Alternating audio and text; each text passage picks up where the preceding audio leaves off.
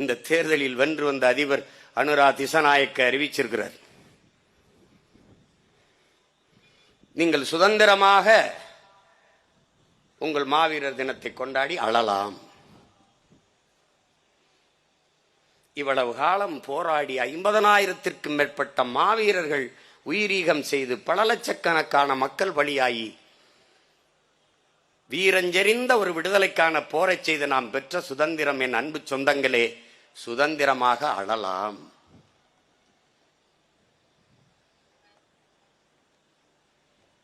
இந்த துயரத்தை துடைக்க மான தமிழ் பிள்ளைகள் எழ வேண்டும் என்பதை இதய சுவற்றில் எழுதி வைக்கணும்.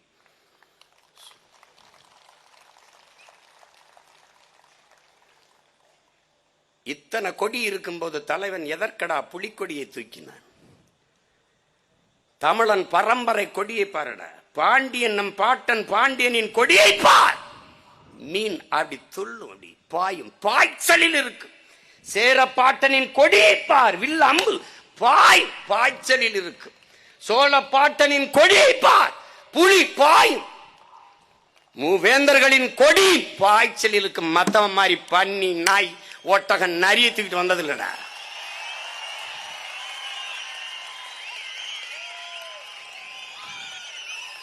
அந்த கொடியவே தமிழ் தேச கொடியாக ஏந்தி பிரபாகரன் பிள்ளைகள் இந்த நிலத்தில் பிடிப்போம்.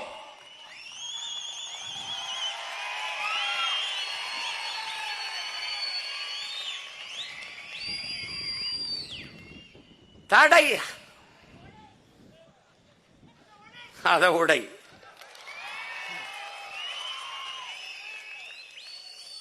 ஒருவர் 10ஆவும் 10 100ஆவும் பகைவர் நடுங்கும் படையாவும். படையை பெருக்கு, தடையை நொறுக்கு, இனத்தின் விடுதலையே இறுதி இலக்கு.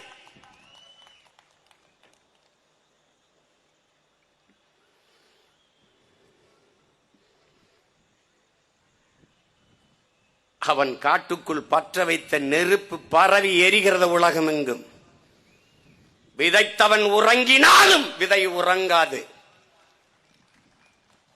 இங்கே விதைத்தவனும் விழித்துக் கொண்டிருக்கிறான், விதைகளும் விழித்துக் கொண்டிருக்கிறது.